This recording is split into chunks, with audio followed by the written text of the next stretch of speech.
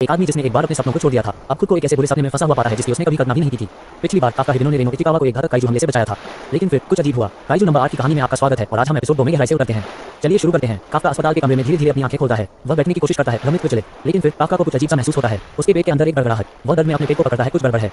अचानक काफ्का हंसता है और घुटता है। उसका शरीर ऐंठने लगता है। उसके अंदर कुछ बदल रहा है और तेजी से। क्या जो ट्रांसफॉर्मेशन होती है या मेरे साथ हो रहा है? कुछ ही सेकंड में काफ्का अब इंसान नहीं रह जाता, लेकिन यहाँ ट्विस्ट है। काफ्का अभी भी होश में है, अभी भी खुद। अचानक उसका धैर्य जवाब दे जाता है और वह सो जाता है।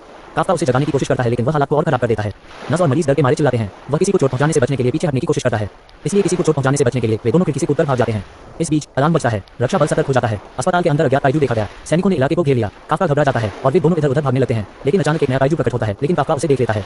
भागने के बजाय वे लोगों को दूसरे काइजू हमले से बचाना चुनते हैं। काइजू बस दृश्य में प्रवेश करता है और दूसरे काइजू हमले से मरने से पहले एक लड़की और उसकी मां को बचाता है। अपनी नई गति और शक्ति का उपयोग करते हुए काफ्का दूसरे काइजू के चेहरे को तोड़ देता है और लड़की को बचाता है। दूसरे काइजू को हराने के बाद वे दोनों भाग जाते हैं और काफ्का को ये भी पता चलता है कि वह फिर से सामान्य हो सकता है। रक्षा बल आता है। वे दृश्य देखकर भ्रमित हो जाते हैं कि काइजू पहले ही पराजित हो चुका है। इसलिए उन्होंने बची हुई लड़की से पूछा यहाँ क्या हुआ, लेकिन लड़की जवाब नहीं दे पाती। घंटों बाद काफ्का और रेनो दोनों अस्पताल वापस आते हैं और एक झूठी कहानी बनाते हैं कि जब काइजू हमला करता है तो वे भाग जाते हैं ताकि अपने काइजू परिवर्तन रहस्य को छिपा सकें। इसके बाद हमें सुनने को मिला कि वे दोनों रक्षा परीक्षा चरण 1 में उत्तीर्ण होते हैं और चरण 2 को पास करने के लिए काफ्का के पास अपनी उम्र के कारण आखिरी मौका है।